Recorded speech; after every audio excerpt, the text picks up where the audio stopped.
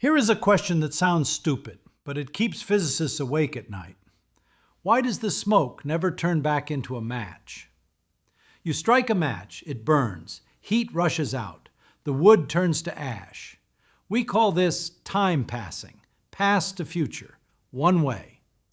But here's the thing, if you zoom in, way in, to the atoms colliding in that flame, and you looked at the laws of physics, there is nothing in the math that says they can't go backward. Newton's laws? Reversible. Quantum mechanics? Reversible. According to the fundamental laws of reality, that smoke should be able to rush back together, the heat should suck back in, and the match should unburn itself. But it never happens, not once, in the history of the universe. Why? Because time isn't what you think it is. We treat time like a river carrying us forward. But it's not a river, it's a fire. Time is just heat, looking for a place to go. And if the universe ever freezes, time stops. Let me show you why your life is just a byproduct of the universe cooling down. I want you to imagine a movie. Let's say I filmed the Earth orbiting the Sun, just a simple loop. Now I take that video and I play it backward. What do you see? You see a planet moving the other way. Does it look impossible? No. Does it break the laws of physics? No. If you showed that video to a NASA engineer, they wouldn't be able to tell you which version was forward and which was backward. Gravity works both ways. Momentum works both ways. Now imagine I film a coffee mug falling off a table and shattering into 1,000 ceramic shards. I play that backward. The shards leap off the floor. They snap together perfectly. The mug flies up and lands gently on the table. You laugh. You say, "That's fake." But wait, here is the part nobody tells you. If you zoom in with a microscope to the atomic level of those ceramic shards, nothing is breaking the rules. When the mug shatters, atoms hit other atoms. They bounce. They transfer energy. If you reverse the video of two atoms colliding, it looks perfectly normal. It's just like billiard balls bouncing off each other. There is no arrow of time in the laws of motion. Newton's laws? Time symmetric. Einstein's relativity? Time symmetric. Schrödinger's equation? Time symmetric. The fundamental math of the universe does not care which way the clock runs. In the deep equations of reality, the past and the future are identical. So we have a problem, a massive one. If the atoms inside the mug can move backward just as easily as forward, why doesn't the mug ever fly back together? Why do we remember the past but not the future? Why can you turn an egg into an omelet, but you can never ever turn an omelet back into an egg? This is the greatest paradox in physics. It seems like there is a master law sitting on top of all the other laws, forcing the universe to march in one direction, from order to chaos, from fresh to rotten, from hot to cold. We call this the arrow of time. But the arrow of time isn't a fundamental law. It's not written in stone like gravity. It's actually a statistical accident. And to understand it, we have to stop looking at energy and start looking at something much more slippery. We have to look at the mess. People call it entropy, but they teach it wrong. They say entropy is disorder. That's a lie. Or at least it's a bad translation. Let me show you what entropy actually is and why it forces your life to move forward. Entropy is just a measure of disorder. You've heard this, right? A messy room has high entropy. A clean room has low entropy. Stop. Throw that definition in the trash. It's lazy and it misses the actual magic of what's happening. Entropy isn't about mess. Entropy is about probability. It's about the sheer number of ways something can exist. Let me prove it to you with a game. Imagine I give you 3 coins. I tell you to shake them in a box and dump them out. What are the odds that they all land on heads? Well, there's only one way that happens. Head, head, head. That is a very specific, unique arrangement. We call this low entropy. It's rare. It's special. Now, what if I ask for a mix? 2 heads and 1 tail. Suddenly there are 3 ways to do that. Head, head, tail, head, tail, head, tail, head, head. 3 ways versus 1 way. If you shake that box, you are 3 times more likely to get a messy mix than a clean all heads result. Now here is where your brain breaks. Increase the number of coins from 3 to 1 billion. If you have 1 billion coins, there is still only 1 way to have them all be heads. 1 single perfect arrangement. But the number of ways to have a mix, a messy jumble of heads and tails, there are more ways to arrange that mix than there are atoms in the observable universe. So if you shake that box of 1 billion coins, you will never see all heads. Not because physics forbids it. Physics is totally fine with it. You won't see it because the odds are so close to 0 that you could shake the box for eternity and never get lucky. This is what entropy actually is. It's the universe moving from a state where there are very few options, order, to a state where there are many options, disorder. Think about the air in the room you're sitting in right now. Why is the air spread out evenly? Why don't all the oxygen molecules suddenly decide to clump together in one corner and leave you to suffocate? Technically, they could. It is physically possible for every air molecule to bounce into that corner at the same time, but it doesn't happen. Why? Because there are trillions of ways for the air to be spread out, and only 1 way for it to be in the corner. The universe is a gambler, and the universe always bets on the outcome with the most options. This is why the egg breaks, but doesn't unbreak. There is 1 way to be an egg. There are 1 billion ways to be a splatter. The arrow of time is just the universe constantly shuffling the deck, moving from the unlikely to the likely. But here's the catch. To shuffle the deck, to move things around, you need energy. But not just any energy, you need useful energy, and that is running out. Let's be honest. We all know the first law of thermodynamics. Energy cannot be created or destroyed. So if energy is conserved, if it never goes away, why do we have an energy crisis? Why does your phone battery die? Why do we run out of gas? If the energy is still there, where did it go? Here is the secret. It's not about having energy, it's about the quality of that energy. Think of it like money. But imagine some of your money is in nice, crisp $100 bills, and the rest is in pennies scattered across a football field. Both are money, both have value, but only one is useful. The universe starts with high-quality concentrated energy. We call this low entropy. A AA battery is a perfect example. All the electrons are packed onto one side, desperate to get to the other side. That desperation is voltage. That is useful energy. It wants to flow. When you connect a wire, the electrons rush through. They light up your flashlight. They do work. But then what happens? The electrons reach the other side. The battery is now dead. Did the electrons disappear? No, they are all still inside the battery. The total amount of energy inside the battery is exactly the same as when you bought it. But now the electrons are spread out evenly. They are comfortable. They don't want to move anymore. The energy has become useless. We call this high entropy. The same thing happens when you burn a log. Before you burn it, the energy is locked in chemical bonds. It is concentrated. It is organized. Low entropy. You light the fire. The energy is released as heat and light. It warms your hands. But eventually the fire goes out. The heat spreads into the room, then into the house, then out into the night sky. The total amount of energy in the universe has not changed 1 bit. But the usefulness of that energy is gone forever. You can't gather that scattered heat back up and use it to burn another log. This is the one-way street. Every time anything happens in the universe, a star burns, a leaf falls, you blink your eye, energy is converted from useful, concentrated, to useless, spread out. We are constantly turning high-quality energy into low-quality heat, and this process is irreversible. You can't unscramble an egg because you can't unspread the energy. The heat has already left the building.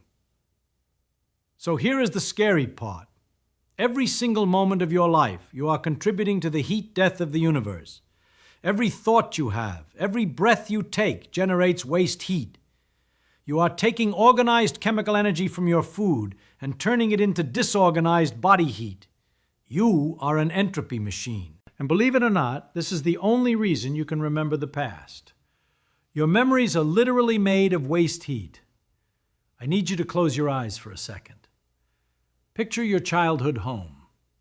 The smell of dinner, the sound of the TV, the color of the carpet. Now open your eyes. You just accessed a memory, a physical change in your brain. Neurons fired, synapses connected, information was stored. But have you ever stopped to ask, why can you do that? Why can you remember yesterday but not tomorrow? Here is the thing. Your brain is not a magic box. It's a machine, a biological computer. And like any computer, to store information, you have to do work. You have to rearrange atoms. You have to create order. Wait, didn't I just tell you the universe always moves toward disorder? Yes. So how can your brain create order, a memory, in a universe that demands chaos? Here is the trick.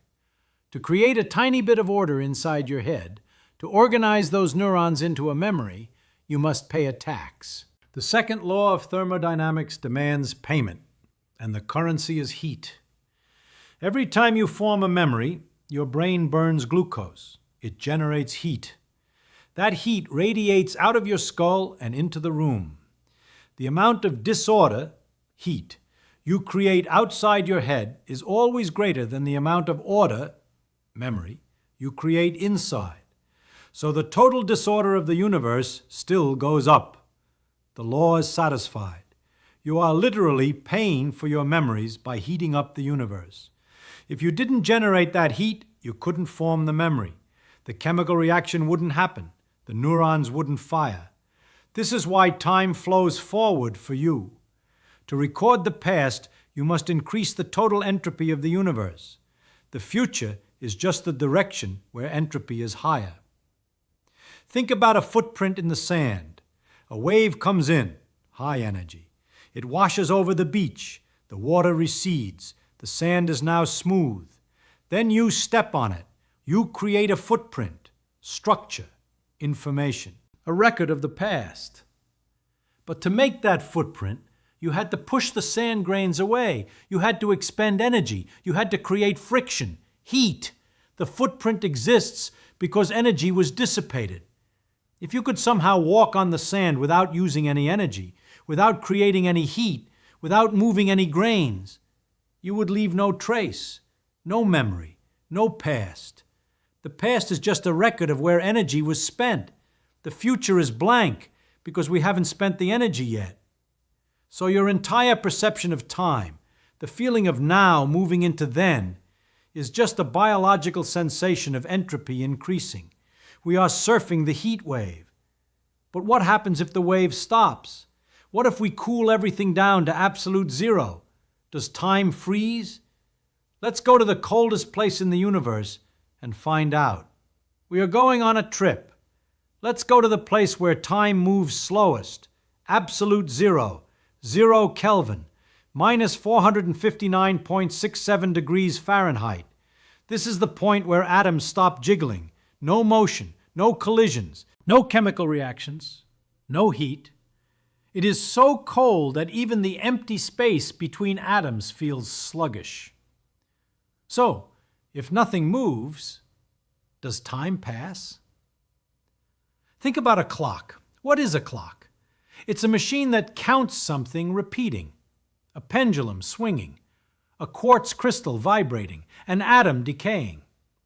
But at absolute zero, everything stops. The pendulum freezes.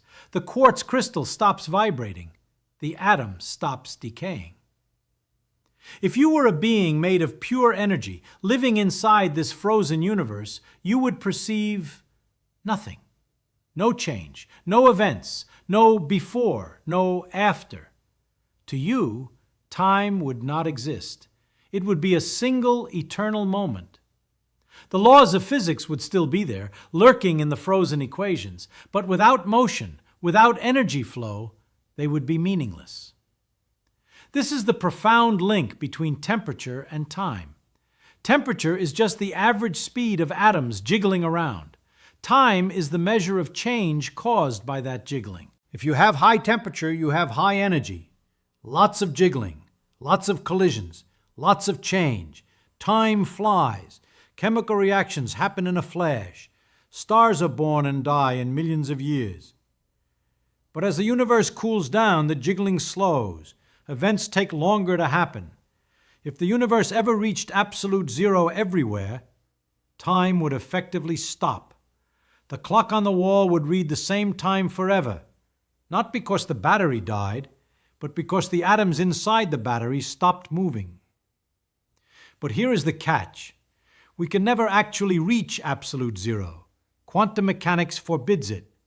There is always a tiny bit of zero-point energy, a tiny jitter, a quantum fluctuation. So time can never truly stop. It just slows down, infinitely. But there is one place in the universe where we might find a loophole, a place where gravity is so strong it crushes space and time into a single point, a place where temperature and entropy get weird. Black holes. Stephen Hawking looked at black holes and realized something terrifying. They aren't just cosmic vacuum cleaners, they are heaters. And because they are heaters, they are clocks. Let's talk about the most terrifying object in the universe, black holes. You know the drill: massive gravity, light can't escape, spaghetti. But here is what Stephen Hawking figured out. If you throw a cup of hot coffee into a black hole, what happens to the heat? According to general relativity, the heat disappears. The black hole eats it. Gone.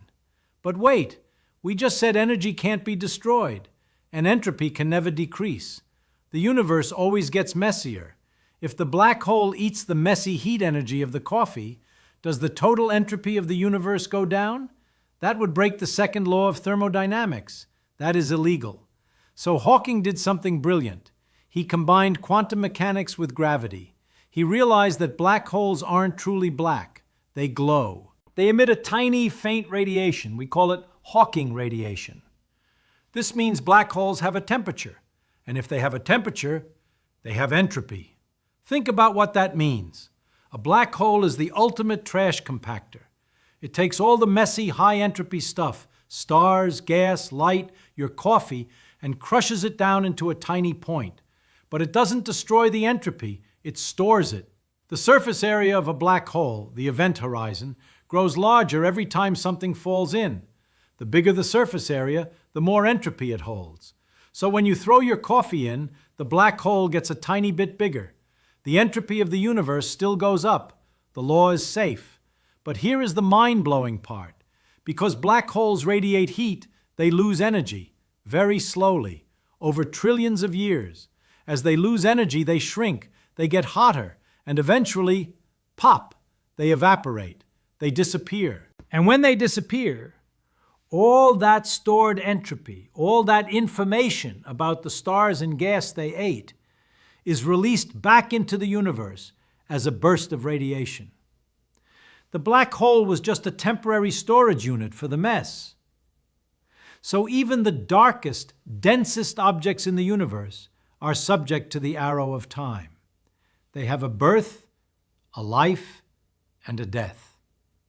But unlike stars, black holes take an unimaginable amount of time to die. A black hole the mass of our sun will take 10 pounds 67 years to evaporate. That is a 1 followed by 67 zeros. The universe is currently only 10 pounds 10 years old. So black holes will be the last things standing. Long after the stars burn out, long after galaxies drift apart, they will remain, slowly leaking heat, slowly ticking down the clock. But eventually, even they will be gone. And then? Then we reach the true end, the era where time loses all meaning, the heat death. We are looking into the deep, deep future, way past the next billion years, way past the death of the sun. This is the end game. The universe has expanded so much that all the galaxies are isolated islands, drifting alone in the dark. The stars have burned out. They have turned all their nuclear fuel into cold iron and ash. Black holes have evaporated. Their mass has turned into a faint, cold radiation spreading across the cosmos. There is no more useful energy anywhere. No more batteries, no more stars, no more chemistry. Everything is the same temperature, just a tiny fraction of a degree above absolute zero. This is called the heat death of the universe. Don't let the name fool you. It's not a fiery inferno. It's the opposite. It's the big freeze. But why is it called heat death? Because heat in physics just means the transfer of energy, and death means it stops. When everything is the same temperature, heat can't flow. Think about a waterfall. Water only flows because there is a high place and a low place. If the whole world is flat, the water stops moving. The universe runs on differences, hot spots and cold spots, high pressure and low pressure. But entropy, the relentless march toward disorder, destroys those differences. It smooths everything out. It takes the concentrated energy of a star and spreads it thin. It takes the complex structure of a galaxy and scatters it. Eventually, the universe becomes perfectly smooth, perfectly boring, maximum entropy. And when that happens, time becomes meaningless. Why? Because time is a measure of change. If nothing changes, if every atom is in the same state as every other atom, if no energy flows, how do you measure time? A clock needs a battery, a pendulum needs gravity, a brain needs chemical reactions. In the heat death, there are no clocks, there are no observers, there is no memory. The concept of future vanishes because the future looks exactly like the past. The arrow of time dissolves. It's like staring at a blank TV screen. Is the movie paused? Or is it playing a recording of nothing? You can't tell. So in a way, time does stop. Not because the universe ceases to exist, but because the universe ceases to happen. It becomes a static, eternal graveyard of cold photons. This is the ultimate fate that thermodynamics predicts.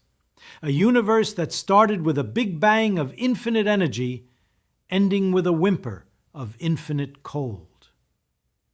But wait, before you get depressed, let's bring it back to you, because you aren't in the heat death.